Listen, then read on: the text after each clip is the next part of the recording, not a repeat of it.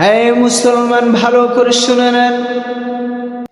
ইব্রাহিম নবী সন্তান ইসমাইলকে নিয়ে রওনা হয়ে গেলেন আল্লাহ তাআলার হুকুম পালনের জন্য। প্রতিমধ্যে বাবা ইব্রাহিম নবী সন্তান ইসমাইলকে ডেকে বলে, আমার সন্তান, قال يا بني إني أرى في المنام أني أذبحك فانظر ماذا ترى। ওগো আমার সন্তান,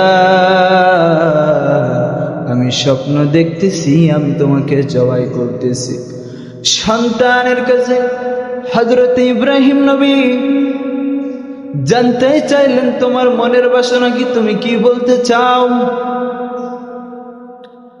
ইসমাইল নবী কোনো কথা বলেন না।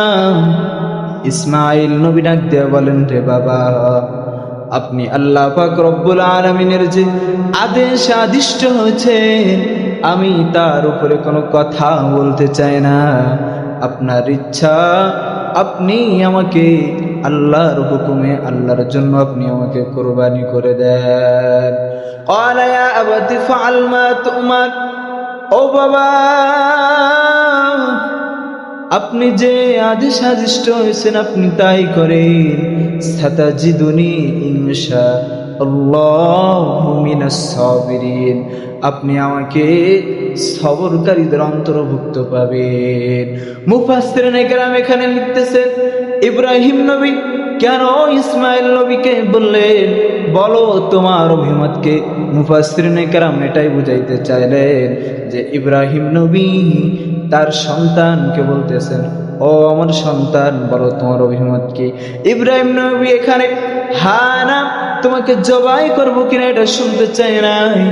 এটা উদ্দেশ্য হলো আমার সন্তান আল্লাহকে কত ভালোবাসে, আল্লাহর হুকুম পালনের জন্য আমাকে কত সাহায্য করতে চায়। এরপরে ইব্রাহিম নবী ছেলে ইসমাইল নবীর গলায় যখন ছুরি চালায়, প্রথমবার ছুরি এত ধারালো কিন্তু ইসমাইল নবীর গলায় ছুরিটা বসে না। ইব্রাহিম নবীর রাগান্বিত হয় ছুরিটা পাথরের দিকে ছুঁড়ে মারলেন। পাথর লাগার সাথে সাথে পাথর দ্বিখণ্ডিত হয়ে গেল।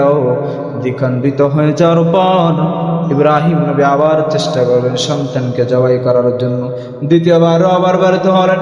তৃতীয়বার জিবরাইল আমিন চলে আসলেন, জান্নাত থেকে একটি দুম্বা নিয়েছেন।